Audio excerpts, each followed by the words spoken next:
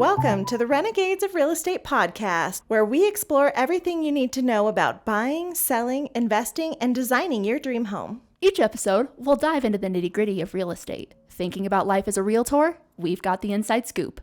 Plus, we'll chat with other industry experts, share incredible stories, and dish out advice on what to watch out for in the real estate jungle. So whether you're taking your first step into the market, gearing up to sell, or ready to invest, we're here to make the journey fun, easy peasy, and super informative. Stick around until the end of the episode to find out the real estate secret of the week. Grab your hard hats, folks. We're about to build some real estate dreams together on RORE.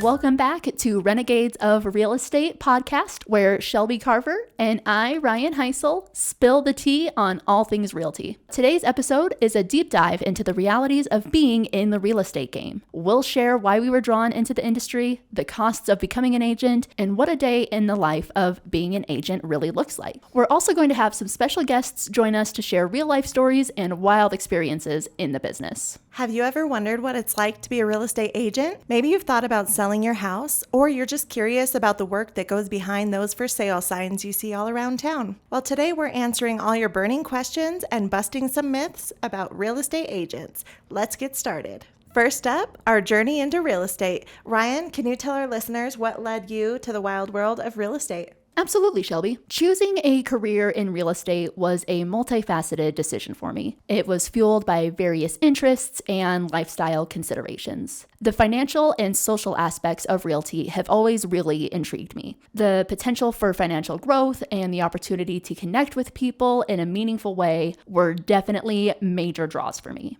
However, the pivotal factor that tipped the scales towards a career in real estate was the flexibility it offered in terms of working hours. Over the last 3 years, I've navigated the challenges of moving to Idaho for school, actively engaging in my studies, and went from being a part-time stepmom to a full-time stepmom overnight. During this time, jobs that allowed me to create my own schedule became a lifeline. I needed the freedom to balance my roles as a student and a partner, and now as a parent. When I graduated, I was determined to maintain that flexibility that had become such an integral part of my lifestyle. Being a new realtor aligns perfectly with my busy life. I am not only juggling the responsibilities of being a real estate professional, but also playing the roles as a mom and a cook and a chaperone and a maid and, all the things that come with being a parent and a partner to someone. And to add a little bit of fun, I'm co-creating a podcast with Shelby, and I'm also learning American Sign Language. So the flexibility in my schedule as a realtor allows me to continue operating my life in a way that suits my active and busy lifestyle. It's not just a career, it's a lifestyle choice that empowers me to integrate all the parts of my life while pursuing my passion for real estate. But what about you, Shelby? What brought you into the real estate world? Well, I'm drawn into real estate for many of the same reasons as you. The flexibility to be there for my family means the absolute world to me. Being able to pick up my daughter after school has been a huge blessing because that's when they're most willing to open up and talk about their day. Real estate has allowed me to be there for all the school plays, games, and the sick days. And since our market slows down around the holidays, I get to slow down and spend more time at home planning and prepping for friends and family. I love to help people. It brings so much joy into my life, and it's one of the most special things about a job in real estate. And I love helping first-time home buyers find their perfect property. I also chose real estate because of the financial opportunities. I wanted to learn the ins and outs of being a savvy investor and share that knowledge. To be completely honest, I just want to be like Joanna Gaines. Designing is a true passion of mine, and if I could spend every day making the world more beautiful, I would. Have you seen their new hotel series? I have not yet. It is amazing. I love that she incorporates historic elements with modern comfort, and they're just so much fun to watch. Awesome, I'll have to check it out. Real estate is such an exciting journey, and I love that every day is different. I really enjoy the social aspect as well, and I've made some incredible friendships in these past few years. This career really encompasses my passions in life, and there's never a dull moment. All right, moving on to our next, we have the reality of being a new agent. Riane, what were some of the surprises and challenges you faced when you first stepped into the real estate game? Good question, Shelby. Continuing with what I mentioned earlier, anyone who has entered the real estate game knows that in order to be successful in the industry, yes, you have the freedom to create your own schedule, but your job highly depends and is based around other people's schedules and lives. Being a new realtor is demanding, and it goes beyond like the glossy facade that's often associated with the profession. Behind the scenes, it's a hustle, and it involves hours of unpaid work and a huge learning curve. One of the first hurdles of diving into the world is marketing, not just understanding its principles, but learning how to navigate and utilize various platforms and tools that you often have to pay for. Yeah, it's really a lot. And then from stamping postcards and hanging door hangers to tossing business cards around like confetti, the initial stages of real estate involve getting your name out there literally and figuratively. Networking becomes this vital skill, as does the ability to balance different modes of self-promotion, such as creating videos, Instagram and Facebook posts and stories, and interactive content like polls, would you rather, and this or that. Learning the ropes of being a realtor also extends to educational classes and conferences, understanding how to perform a comparable market analysis, and becoming proficient in various apps like Realist, MLS, lockbox systems, and more. Each day may include exploring vacant houses and engaging in team meetings to stay informed and connected. Yet beyond the hours invested, there's a financial reality to face. It's the stark truth in real estate that you have to spend money to make money. And oftentimes, agents will have other side gigs to help financially support them. Yep, that's very true. Riane, could you break down the costs a new agent would have to give our listeners a better understanding of what it takes to get in the game? Yeah, absolutely. Being a real estate agent means that you are an independent contractor, so you pay for all the necessary expenses. Here's a breakdown of some of the expenses that you might have. The costs will vary, so you'll want to research the costs in your area. Pre-licensing education, licensing exam fee, real estate licensing application fee, background check and fingerprinting, board and association memberships, the multiple listing service access, business expenses such as marketing materials, business cards, signage, website, photography, continuing education to maintain your license, insurance, brokerage fees, and additional tools and technology. In total, initial costs for becoming a real estate agent can range approximately from $4,000 to $5,000 or more, with ongoing annual expenses adding additional costs. Keep in mind, these figures are estimates and can vary based on location, the choices that you make, and the changes in the market or in licensing requirements. Yes, that's very true. It typically takes 30 to 45 days once you go under contract before you can close on a property. And there are many variables in between that can hinder a sale. Keep in mind, it's not about you receiving a paycheck. It's about your clients and what's in their best interest. Absolutely. As independent contractors, you'll pay self-employment taxes, and you won't get benefits that may be offered by other employers, such as retirement accounts or health insurance. Now that we've covered the costs of becoming an agent, the biggest financial stressor can be the highs and lows of the market. Your income is unpredictable, and it's common for new agents to go months without a paycheck when beginning their real estate career. Once you get going, save as much of your paycheck as possible. Absolutely. Next, let's talk about the typical day for a real estate agent. Spoiler alert, there's no such thing as typical.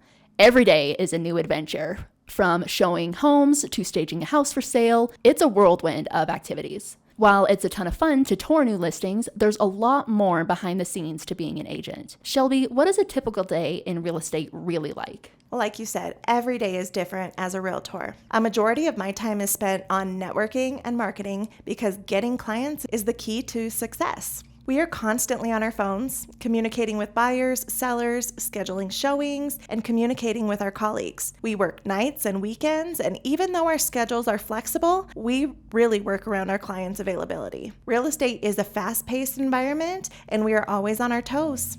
We also spend time training, keeping up with new laws and regulations, and learning how to best serve and protect our clients.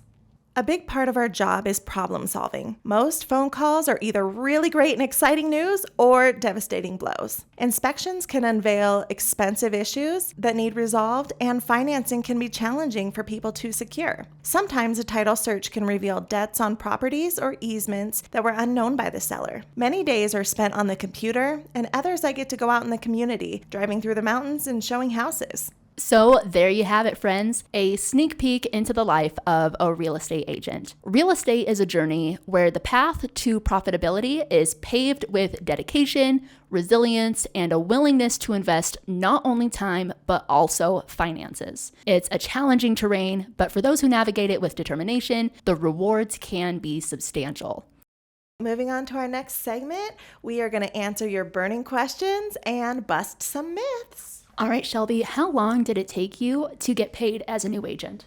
It took me about 4 months to get my first paycheck, but for some agents, it can take longer than that. I got in at a good time for agents, which was the beginning of 2021, and they said it was like drinking out of a fire hose because there were so many people looking to buy and the market was really hot. I did have a few things go under contract right away and a few things that fell out of contract. Awesome. Well, not awesome, but should I start out a career in real estate as a part-time agent to ease myself out of my old career, or should just go full throttle into it? If you can find a way to make it work, just jump off that cliff and go for it. It takes a lot of time to build a real estate career, and it's even harder to get started with little time to dedicate towards it. Makes sense. What was the most challenging transaction you've had, and how did it work out? So I had one transaction that at the beginning, everything was going smoothly. I really didn't see problems in the transaction, but we made it to closing day, got all the paperwork signed. I handed over the keys. We went up to the house, took pictures in front of the house, and I posted congratulations on social media, only to find out a few hours later that the bank would not be funding because there were issues with the lot lines. And that was devastating. It ended up taking 8 months to close this deal. It was very stressful and hard on my client. But it all worked out. She got into her dream house. It did. Awesome. Yes. What is the best part of being a realtor, and what is the worst part in your opinion? The best part is helping wonderful clients find their dream homes. The worst part is the fear of being sued. We really try our best and do everything we can to protect our clients and do things in the right way. But as a realtor, it's a reality that we just have to face. Absolutely. How long does it take to become an expert agent? I don't know if you ever actually become an expert agent, just because the industry is constantly evolving and you got to be out there selling houses and doing continuing education, and you just continue to learn and grow as time goes on. All right, Riane, you ready to bust some myths? Let's do it. Awesome. All right, our first one is being a realtor is quick and easy money. That is definitely a myth. It is not quick, easy money. The real truth of it is that you have to invest money to make money in the industry. And there's so much that you might have to invest into your career, including marketing materials, educational costs, ongoing education, travel, clothes, if you don't already have like professional clothes. So yes, definitely being a realtor is not quick, easy money. There are so many unpaid hours that go into a transaction before getting paid at all. Yep. Next one is you need a ton of cash to buy a home. Also false. Back in the day, it was standard to put 20% down on a house that you were going to buy. But right now, there are so many other options that you don't have to pay that full 20%. There are programs like the first-time homebuyers program that allow you to pay 3 to 5% down. But then there's also programs that even allow for 0% down, like a VA loan or a rural development loan. So it all depends on your financial situation and what you can allow and pay for, but you do not need a bunch of cash to buy a home. It's good for people to know. All you need is a down payment to buy a home. Also a myth. While a down payment is one of the many costs that you will pay in a real estate transaction, you also need to expect to have to pay for things like closing costs, inspection costs, appraisal costs, and repairs possibly. You definitely need more than just a down payment, or prepare to pay more than at least just the down payment. If you've bought or sold a home before, you'll be a pro the next time around. Also, a myth. Each transaction is completely different. So whether you are a buyer or a seller that is doing a second, third, fourth transaction in their lifetime, each transaction is going to be a little bit different than what you remember it being. Years have passed, the market has changed, your house has changed, it's changed value, whether it's added value or decreased value. So you won't ever essentially be a pro the next time that you buy or sell a house. You may be more familiar with the process. Keep your mind open to change. Absolutely. Keep your mind open to change and to new experiences. You should always purchase a home in the spring. False.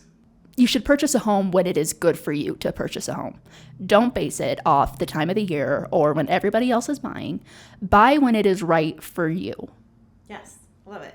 As we wrap up today's episode, what advice do you have for those considering a career in real estate, Shelby? Well, that's actually our real estate secret this week. If you want to pursue a real estate career, jump off that cliff. Make it happen. It comes with its risks, but there's only one way to find out if you have what it takes. And that is our content for the week. But before we sign off, we are going to end each episode with a real estate related story. The good, the bad, and the funny, so make sure that you stick around. Today, we actually have two stories that we're going to present, mine and Jake Masters. Jake is also a realtor, and he has a great story that he is going to share with us today. Thank you guys for having me today. I appreciate it. We were talking earlier this week about funny stories in real estate. Very funny story from one of my early on experiences. I got assigned one of my very first CMAs, and I was going around. I did not know who this owner was. I did not know where the house was. I finally got over there, and you're supposed to take photos of the house. And I'm out of my car, and I'm taking photos of this gentleman's house, and he sees me taking photos of his house, and it alerts him. He comes out on his deck, and he starts yelling at me across the way, going, "What are you doing? Why are you taking photos of my house?"